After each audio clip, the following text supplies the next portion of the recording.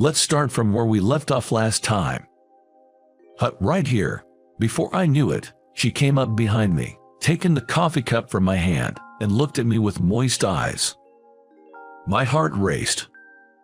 Everything that had happened with her, it all started that night. Robert Thompson.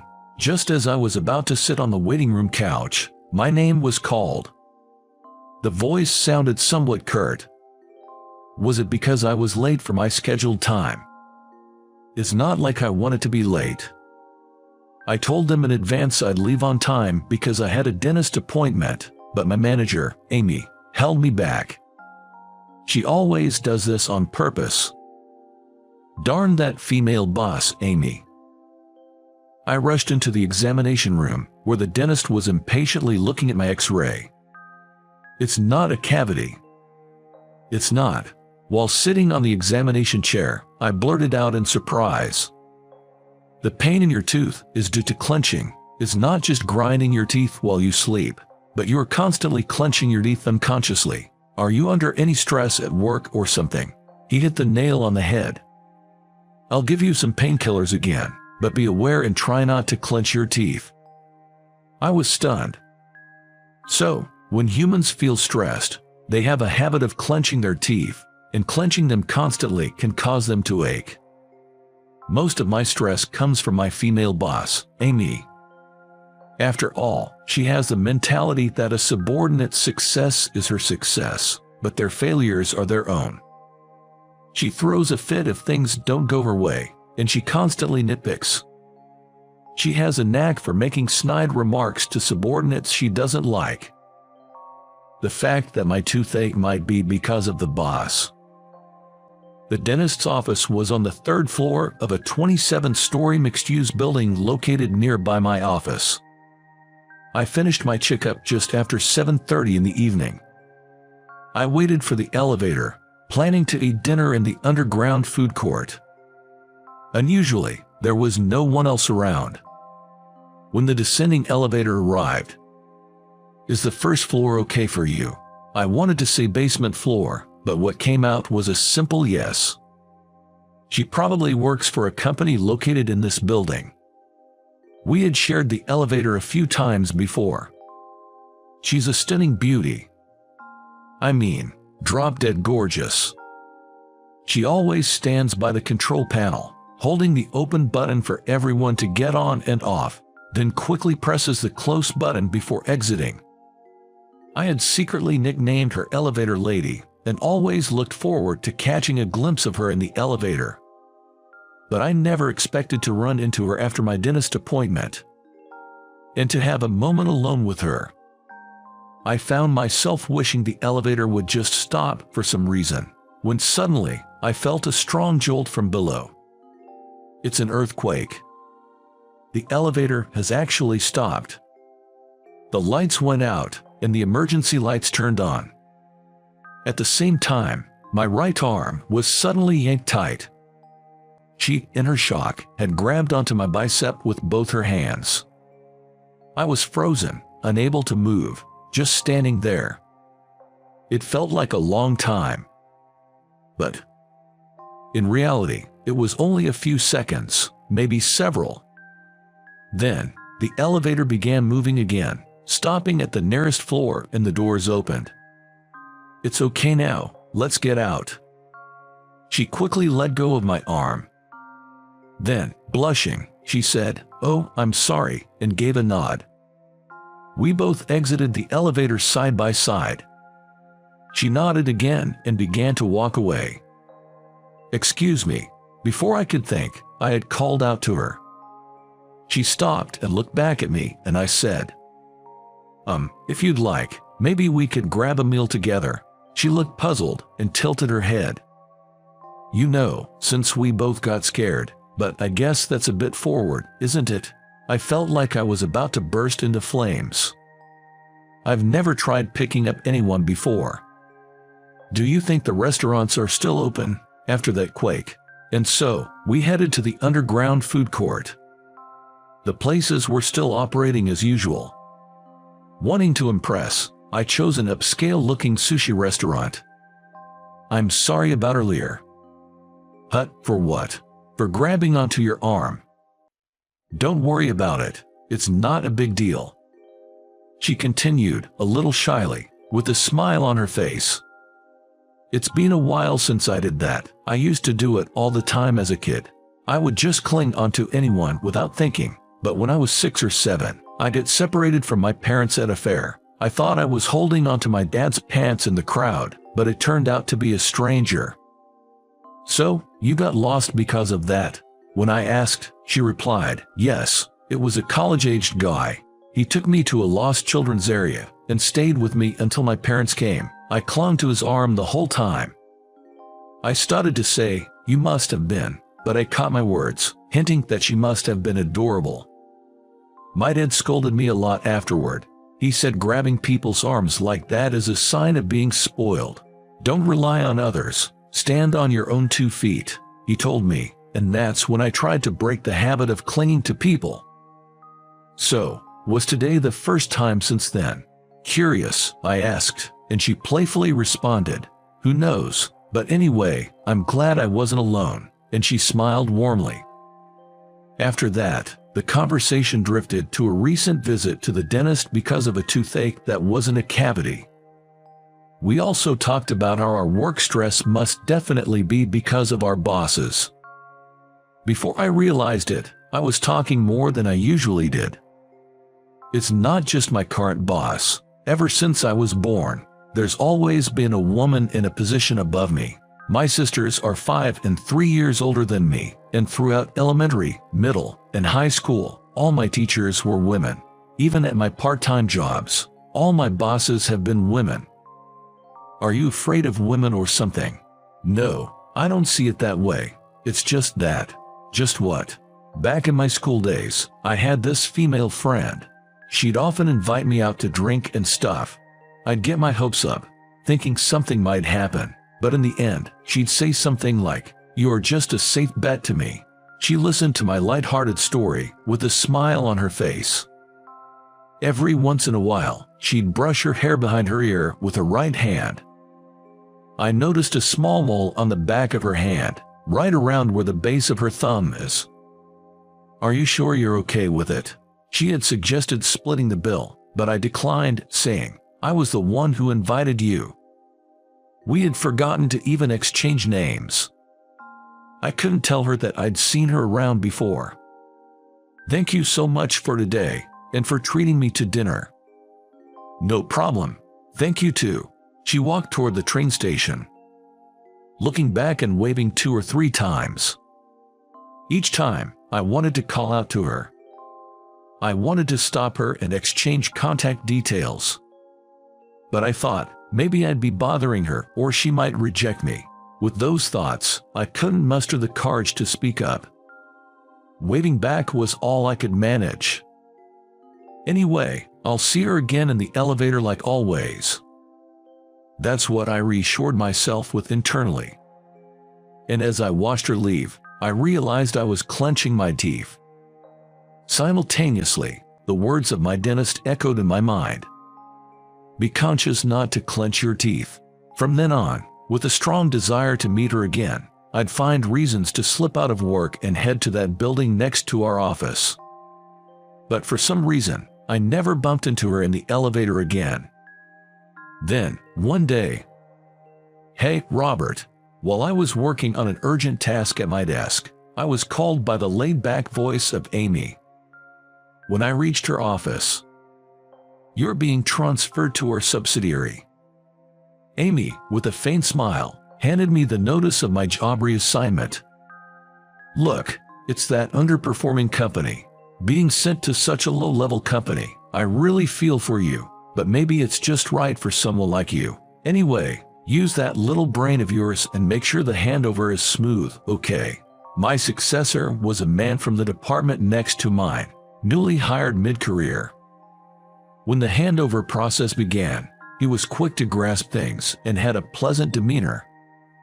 He was also fairly well received by our clients. My only concern was that he seemed a bit timid. 2 weeks later, I started at the subsidiary I was assigned to. The commute took about 20 minutes longer than before, but it was manageable. However, because I was unfamiliar with the train line, I barely made it on time that day. Panting, I rushed into the building's elevator. Our office was on the 7th floor. As I reached to press the elevator button for the 7th floor, I noticed the light for that floor was already lit. Going to the 7th floor, I was addressed by a woman standing in front of the control panel. I replied with a nod and looked up at her. What? Why? It was her, the woman from that night of the earthquake. It was a small building. Each floor was occupied by just one company. I've been working for the company on this floor for about a month now. Oh, really? Are you Robert, by any chance? Yes. I had heard someone was being sent here from the parent company. I finally understood the situation from what she said. For a moment, I was taken aback, thinking, could such a coincidence really happen? I'm Emily, the head of Sales Division 1, Team 3 at your new assignment. Unbelievable. She was my new boss. I later found out that the company I was transferred to had business dealings with the company she had worked for until a month ago. Her previous company was a small one, just a tad bigger than a sole proprietorship. The owner of that company had gotten old and decided to shut it down. So, my new company recognized her talents and recruited her. After you. When the elevator reached the 7th floor, she pressed the close button and motioned for me to exit first. Feeling a bit embarrassed, I caught her giving me a warm smile. Thus began my new chapter in life, but our relationship remained strictly professional. Then, one day, she uncharacteristically raised her voice on the phone, saying things like, "That's why it's impossible. At the very least, you need to go through HR." Before hanging up, I approached her with some documents I needed to submit and asked, "Is everything okay?" "No, it's nothing major. I'm sorry for raising my voice." She was clearly flustered. I was curious, but I didn't press further and left her office. At that moment, my phone buzzed in my pocket. It was a call from a colleague from my old department. I stepped out into the hallway to answer. "Yes, this is Rob. Hey, we've got a situation here." Despite saying it's serious, that voice sounded oddly amused. "Weren't you having a phone dispute over there just now?" Yeah, kinda." The boss called. That guy Jack, he up and quit the company. Jack was my successor, and I was concerned about his timid nature. So the boss lady is fuming, yelling, "What's going on? How can he be so irresponsible? Doesn't anyone know? Guess it's your fault, huh?" It was the first I'd heard that Jack had become the boss's target. "Yeah, he took over right from you." I genuinely felt bad for him, but as I was wondering why the boss had called in the first place, my former colleague explained. "Since he left so suddenly, we don't have anyone to fill his spot, so they tried to bring you back here for the time being, but you turned them down flat. Amy is steaming mad right now." It all clicked, and I went back into the room. Our eyes met. I felt the need to thank her and gave a nod of appreciation. It didn't take me long to adjust to the new workplace. Perhaps due to the absence of the previous stressors, even my toothache ceased to bother me. Most importantly, work became fun. Of course, because seeing Emily at work was a highlight. And she truly was a catch, always efficient at her job. And providing clear instructions to us, her subordinates. Yet, she never acted arrogant. A stark contrast to that bossy lady back at my old place. The vulnerable image I had of her from that night of the earthquake was nowhere to be found. My secret feelings for her only grew. But I thought they were just unattainable dreams. However, oh, my wallet. On my way home from work and about to hop on the subway, I realized I forgot my wallet at the office. In a rush, I headed back to the company to find Emily there alone. Elbows on the desk and her head cradled in her hands. "You are still here?" "Oh, yeah, just lost in thought." "What brings you back, Robert?" "Left my wallet." "I see." I grabbed my forgotten wallet from the drawer and asked her if she was leaving soon. "Maybe I should." "Wait up. Let's head out together." With that, the two of us got in the elevator. "I hope it doesn't get stuck again," she murmured, looking up at the elevator's floor indicator. When I turned to her, she was already looking at me. "Is it okay?" I wasn't sure what she meant by okay. The next moment, she suddenly gripped my arm tightly. Much like that night of the earthquake. But this time, even after we stepped out of the elevator and began walking, she didn't let go of my arm. My previous company was a small place. I was persuaded to join this one, but being a manager and leading people, it's quite a challenge. It seems that even she, who always appears confident at work, feels the pressure. "How about grabbing some dinner?" I was thinking the same, but I have two conditions. Suddenly, she let go of my arm and took on a serious demeanor, just like at work. "What are they?" "We'll split the bill." "Okay."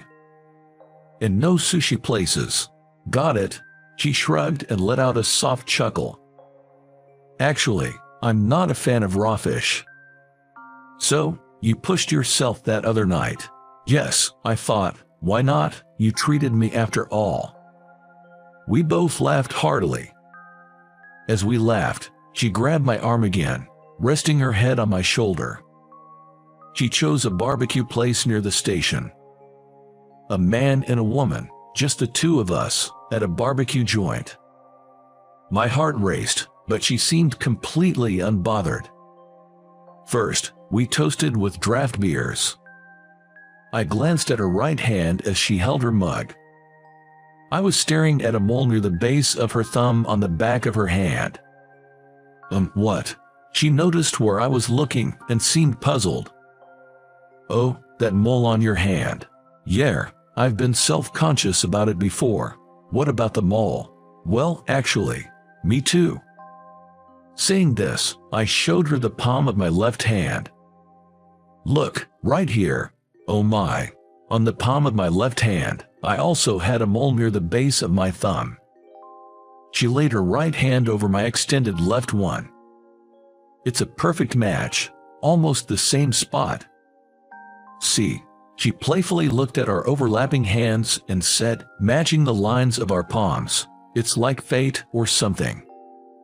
She made a cheeky face, sticking out her tongue in jest. And so, we began dating. Of course, we never mixed our personal and professional lives. However, our colleagues seemed to have had an inkling about us. Then, about a year and a half later, an unexpected announcement was made. Firstly, the head of the department I was previously in, Manager Williams. The HR department, concerned about the high turnover rate of employees under her direct supervision, conducted interviews and found out about Amy's arrogant behavior. She was removed from her director position and relegated to a less significant role. Then, Emily was chosen as her successor. Transferring from a subsidiary, it was truly a promotion for her. I was chosen to fill Emily's previous role. From tomorrow, we'll be in different departments at work. We can't help it. Anyway, let's start from where we left off the other day. Here, now. Why not? She smiled mischievously. I couldn't suppress the bubbling feelings anymore. Once she sets her mind on something, she won't listen. She took the coffee cup from my hand. I extended my now empty left hand towards her. She placed her right hand over mine. Our palm lines match. It's like fate. The toaster dinged. That's it for now. The toast is ready. Darn. She and I took turns cooking. That day, it was my turn to prepare breakfast, so I was in the kitchen. We had started living together.